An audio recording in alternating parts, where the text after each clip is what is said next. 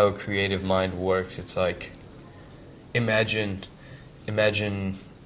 your browser, your web browser has like 5,000 tabs open at the same time. That's exactly what's happening in here. It's like you're constantly switching between things, but you know you have to get back to something at some point, and it's a little intense, but I wouldn't want it to be any other way.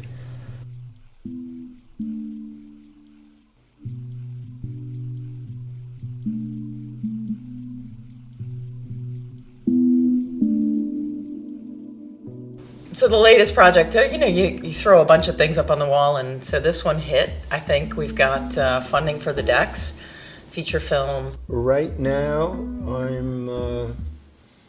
I feel that I'm in between things because I had 2 shows and I want to go in a different direction. I'd like to think that in Paris right now I'm gaining experience as an artist, whatever the fuck that means. I said, screw it, I'm gonna go to art school, and I transferred to SVA for a semester. I started experimenting with film actually completely by accident. One of the things I was very good at and still am is drawing. I am an actor. I just decided to be artist when I was 4th grade of elementary school. I think since I started walking, I danced. I cannot remember any time when I didn't dance. So this is my life. I'm that girl with big DSLR and a huge lens, or and I always look for a story. I always look for something to say. For even though I feel like I'm very detached with my form of storytelling, I'm very I'm there and I'm gonna tell you what I see. But I'm not going to give you any commentary or analysis on it. I've been doing a lot of rewriting on a really, really long piece of work that is essentially about a lover I had for 17, 18 years. I didn't want to make it a mini bio. I didn't want to make it a novel. It's sort of like a long, short story. It starts a young girl. The protagonist grows up on fishing boats in Maine. She hears music in everything, in the repetitive sounds of the winches and the engines and the motors, the gulls, the ocean, the waves, the water, and it kind of all comes together for her, and worlds collide in this character. She has this great passion of taking these sounds that no one's ever heard before and layering them, just like in the house music, the layers of sound. I live in a building that is kind of also a collective of artists. Most of the people there, 345 Eldert, they call it Eldert Lofts. Everybody there is an art form. Some people have their own studios set up. There's like a group of aerialists that live in the space above mine. They do crazy performances. Actresses, like musicians, programmers, like the whole thing. Westbeth is a place, a special place where artists, people can live, people can express themselves, people can sing, people can dance. We performed and taught adults that were in like the late 20s, 30-year-old contact improv class in this little church, and I think 10 people showed up. The contact improv scene is almost kind of dying there, and they were attracted to way other movement than the other students are. But what was so cool is that we had this big 15-minute improv at the end, and it was almost like there was like this, like, we created a monster. Like, it was just like crazy movement. Like who would have thought that like 15 people are in this room just like screaming and banging on the floor, or just lying on the floor, or moving in very odd ways that you just don't normally do in your everyday life. It's been always my problem since I was a small girl.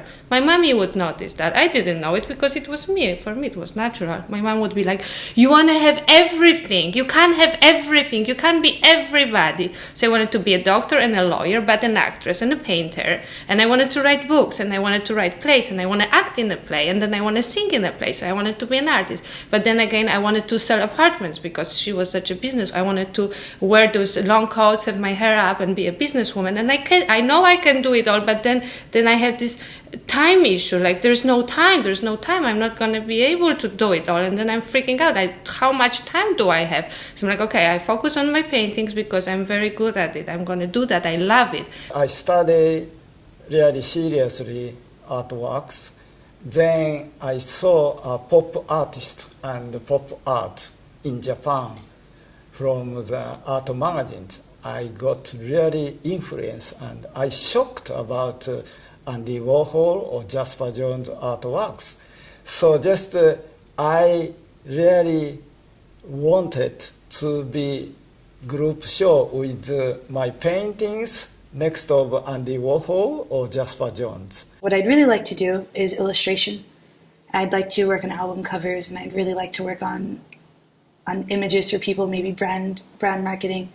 However, I'm not really gaining skills in terms of like Photoshop and Adobe Suite, the things that actually make somebody an illustrator. I think the computer is interesting because it's obviously taken over the industry entirely. The only thing I feel really bad about is because now people comp by just finding photographic imagery or Illustrator imagery that's already existing and manipulate it is what term I use is beat the shit out of it in Photoshop. It's interesting. It's kind of like it feels kind of like a resurgence of the age of the artisan. When everything becomes mass-produced, things like art just become a lot more high demand. Something that's actually made with intention, something that you create with your hands as opposed to something made on a conveyor belt. What's interesting when I think about my past is I ended up, in advertising design because at some point as you're going through high school and toward college, all the pressures on what do you want to do with your life, and I had absolutely no idea what I wanted to do with my life. So I had a lot of friends and family in particular were saying, you draw really well, why don't you think about art? Why don't you get into art school? So I went through all of that, did the exams and did get accepted into art school. And can't really know if that would say that it changed my life, but it gave me a path and a direction. I still wasn't sure that that's what I wanted to be or what I wanted to do with my life. But the more I hung with different people and other artists and had a lot of dialogue about art and got more and more and more involved in it, I realized that maybe this was something that I could do with the rest of my life. Let me nod to the marriage of true minds admit impediments. Love is not love, which alters when it alteration finds, or bends with the remover to be removed. Oh no, it is an ever-fixed mark that looks on tempest and is never shaken. It's the star to every wandering bark, whose worth's unknown, but his height's been taken.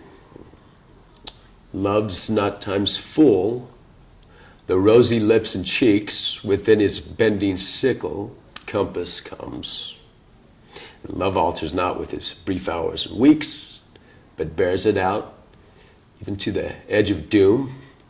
And if this be error and upon me proved, I never writ, nor no man ever loved. With Shakespeare stuff, I do that every once in a while, just to kind of sharpen up my mind. Haven't done it for probably a year, and I guess I'm a little dull. I don't know how the delivery was on that. Work on that. Just gotta keep on working on it. I should try to memorize some other sonnets.